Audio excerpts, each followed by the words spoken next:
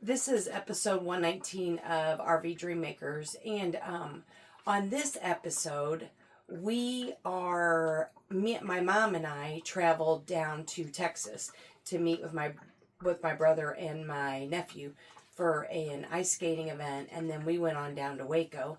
Well, we've been to Waco several times, but we've never visited the Mammoth National Monument. So in this episode, I have a recording of the tour of that national monument. It is very interesting, and I did record a lot from the tour, and it is on here, so hopefully it's not too much, but I just found it so interesting what they discovered in that area. I made some notes of the stuff that I didn't record. So in 1978, Paul Barron and Eddie Buffkin, they were teenagers, and they were searching for arrowheads and stuff like that, and they were actually trespassing in like a creek area on a farmer's property. Well, they found a bone, and they thought it was a cow bone, so they dug it out, and they were going to take it to the farmer, and then they quickly discovered that it was way too big for a cow bone. And so then they ended up taking it to Baylor, and Baylor University is in Waco, and they discovered that it was the bone of a mammoth. So then everybody just came to the area. And from 1978 to 1990, 16 Colombian mammoths were discovered, all in the wash, and all they got permission from the farmer. And then from 1990 to 1997, 6 additional mammoths were discovered, including a large male.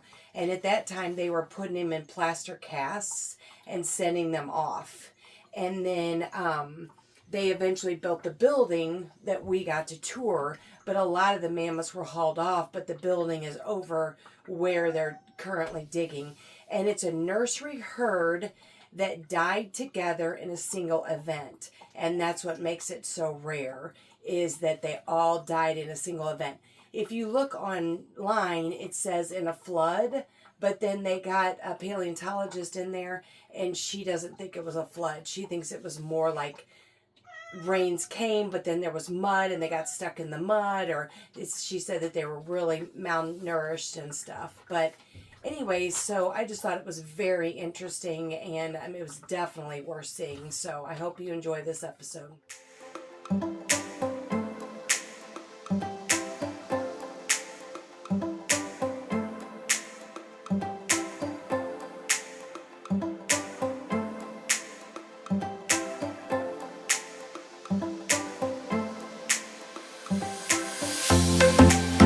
So this is the Mammoth Dig. And this is it's a nursery. Look at the little one, or what? Mammoth. Yeah. That little one over there. Mm-hmm. Right there's the little one. So, since you're pointed in that direction, if you look in the corner, that white thing that looks like a deformed marshmallow, that's what a jacket is. Okay, remember I was telling you they put the bone, they wrap it with burlap, and they put plaster on it? The nursery herd was found in the ravine. Okay, we're talking 16 so far. They put them in jackets, and if you look up here at the ceiling, there's this beam that runs across to the garage door. They put them on a hoist, and they took them all out of here. Okay, the nursery herd is currently at the Mayborn Museum in storage. But if you look over there, we just completed a lab. All right, we have graduate students that are paid by Baylor and the National Park Service, and their focus is on opening the jackets. So before you leave here, go ahead and go up there and take a peek as far as what they're doing. So the building was built 2009 December. They were ready to have it open. The city of Waco started giving tours here. Okay? It wasn't until, well, their focus is make sure people get to see the mammoths. It wasn't until 2015 that the Park Service joined. Okay? And their focus is the scientific part. They have paid for us to have our very own paleontologist. Okay? And so, I guess you could say the most exciting time has been the last 4 years. Okay? Because of her. We're learning a lot. All right? But let me talk about the building a little bit. At least we have a roof over our heads. All right. Notice the walkway is suspended. That way when you come in here, you're not banging down on the ground because there's a good chance we have things underneath us. Okay, the murals came a year later. And what the artist did is took the dimensions of the bull, and this is what he came up with.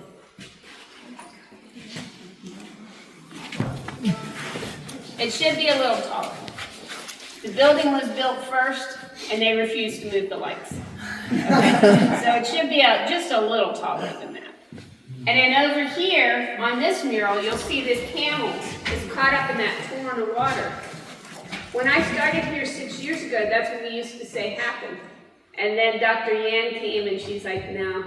She said that couldn't have happened because we would have been an explosion of bones. And as you can see, they're in pretty good shape. When you look down here at the bull, guys, this is how we found them. We haven't pieced together anything. They just removed the dirt. All right? Now, this is what we knew before before she came. We know that it's a male because the pelvis is more of a circle, okay? And we knew that it was 55 years old. And then Dr. Yan came, and she was like, where the legs are at? Yeah, it's missing part of its leg, but there are bite marks left behind. Not just any old bite marks from a canine. So we could be standing on a dire wolf right now. Okay, you work your way up to the rib. One of those ribs has a bulge on it. It's about the size of a softball with a crack down the middle of it. That injury, the bones were starting to fuse together. That was a common injury for these animals. If you notice the tusk here, when they would fight, that would go like right underneath it. Okay, so that was a common injury. Now, there is a pillar down there, and the reason that pillar is there is it's like a timeline for us when you're looking at soil layers, because you can't have everything against the wall, which is pretty obvious right now, okay? And in front of that pillar, there is a mammoth. When I started here, it was labeled as 2 mammoths, and then Dr. Ann took a look at it, and she's like, nope, 1 mammoth, it's a female. It's from the nursery herd time period, the 68,000 year time period, and she was 20 years old. Now, on the plaque it says juvenile, okay? She said she understands that because they were looking at the size. She was looking at the bones, and she's like, it was malnourished. It wasn't growing as big as it should have. So since we're at this end, I'll go ahead and I'll point out the even-toed mammal that's across on the other side. Guys, when I started, it was unidentified. Okay? Even-toed mammal would be like a camel or maybe a deer. All right? And you also have the saber-cat tooth, the kitten tooth that's over there. And we have a camel. It was not unusual to have camels with these herds. I compare it to today with zebras and giraffes. Giraffes are so tall, they're going to see something dangerous way before the zebra. And when you look at the size of this mammoth and compare it to the size of that camel, I can see where that could work.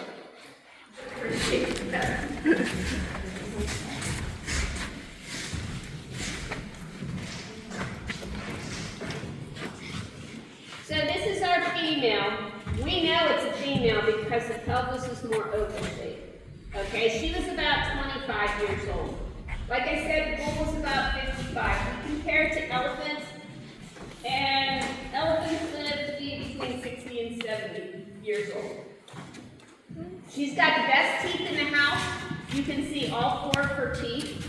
In the summertime, we get interns from all over the country that come here, and they were working in the dig. All right, a couple years ago, Rudy, he was focusing on stabilizing them, making sure that they were in good shape. And he's like, she's not going anywhere, and he went down there with the demo there. And I was like, every tour, I'm going to point out how nice those teeth are. He came here.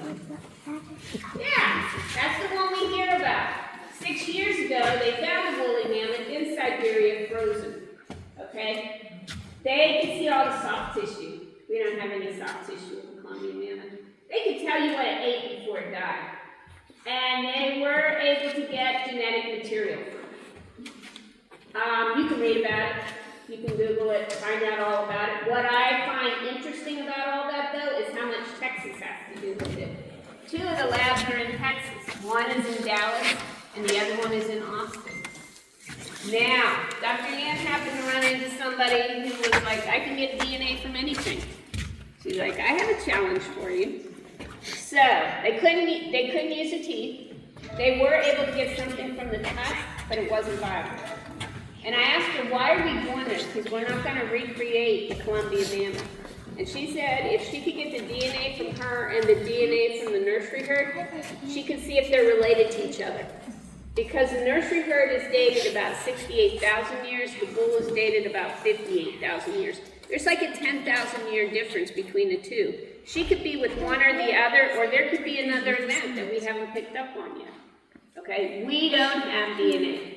But we do have soil layers. So over here, you're going to notice there are like these little index cards with circles on them. And so they are pointing out 2 soil layers. But if you look on the other side, there's like 4 soil layers. The difference is when they were building this, they took the dirt from here and they threw it up here. Okay? And a lot of people are like, do you have ground penetrating radar? Have you tried it? Yeah, they did. Up here. Guys, if there were any bones, they would have taken them out. Okay? So Dr. Yan is going to have them come back. And right here in the corner where the even-toed mammal is, there are bones sticking out of the ground. She's going to have them do it right there because she can see that there are bones. Okay? And it's not like up here where it's just dirt. And she said the technology has improved in the last 10 years. So this is the area she wanted to focus on. But over there in the corner, there's about 6 Home Depot buckets and a blue milling pad. We came in here one day, it was 40 degrees. We came in the morning. It's supposed to be about 70 degrees. Dr. Yan was in here looking at the temperatures. And I asked her, I said, is there a too hot or too cold temperature that we need to be aware of? And she said, no. She said, how fast the temperature changes. Guys, you know about roads and how they buckle. Okay? That's what she was worried about, is she would come in and find things damaged. It was good that it happened, not good. It was sort of both ways. We had a pipe that collapsed from our HVAC, and the water was leaking in the building. So that's what all those buckets are for. Okay, because they were pulling the dirt out as fast as possible to try to make sure nothing got damaged. So they saved that. Okay, everything was under control with that. And then they finished the lab here. Okay, and it was taking them a while. You know, I mean, putting it together, they didn't have to do anything with that. But putting the tables together, that was taking some time. Okay, if you've done IKEA furniture, you sort of know what I'm talking about. But then something else happened. They found a mammoth, Columbian mammoth, about an hour away from here. So everybody just dropped what they were doing and they took off over there. So usually they're here during the week, but they've been all over the place lately. So, and as far as to be able to tell you when the best time to come, they don't give us a schedule. But in the summertime, when school is out, we have the interns that are working here in the day usually. And what happens is, we don't shut our tours down. We continue with our tour. And they can ask questions. You can ask them questions. In fact, I had a gentleman on my tour, when Rudy was working down there, he was like, how come you can have liquid in here and I had to leave my water outside? And he said, this is glue, but it has acetone in it, which means it dries faster. And then those camera bulbs that you use to clean your lenses off, then they would put that on it, and that's how they would take care of it.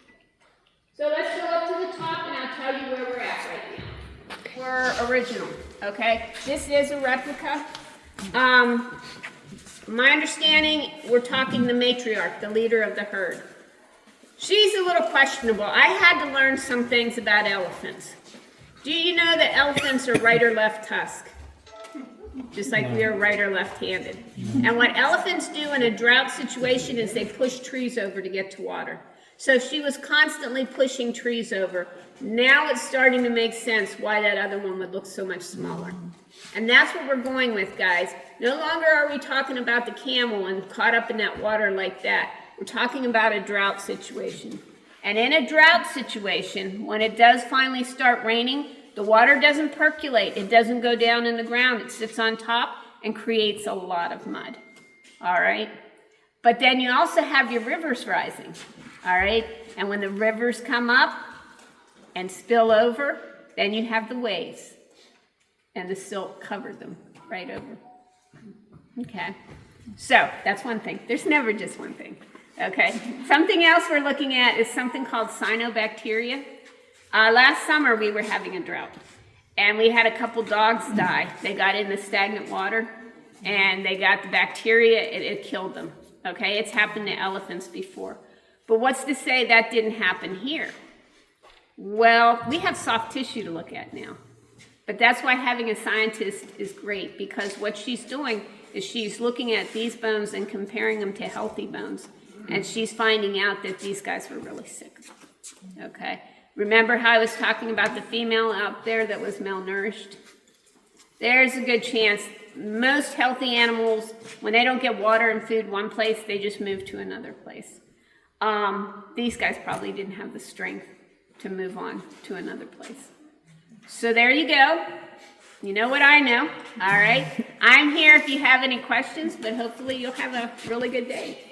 This is the lab That was yesterday. There's some chances. they work at. I'm just letting you know. If I hear any screaming, I'll figure it out. What's the picture taking? Well, see, the thing is 3 years ago, well, thank you.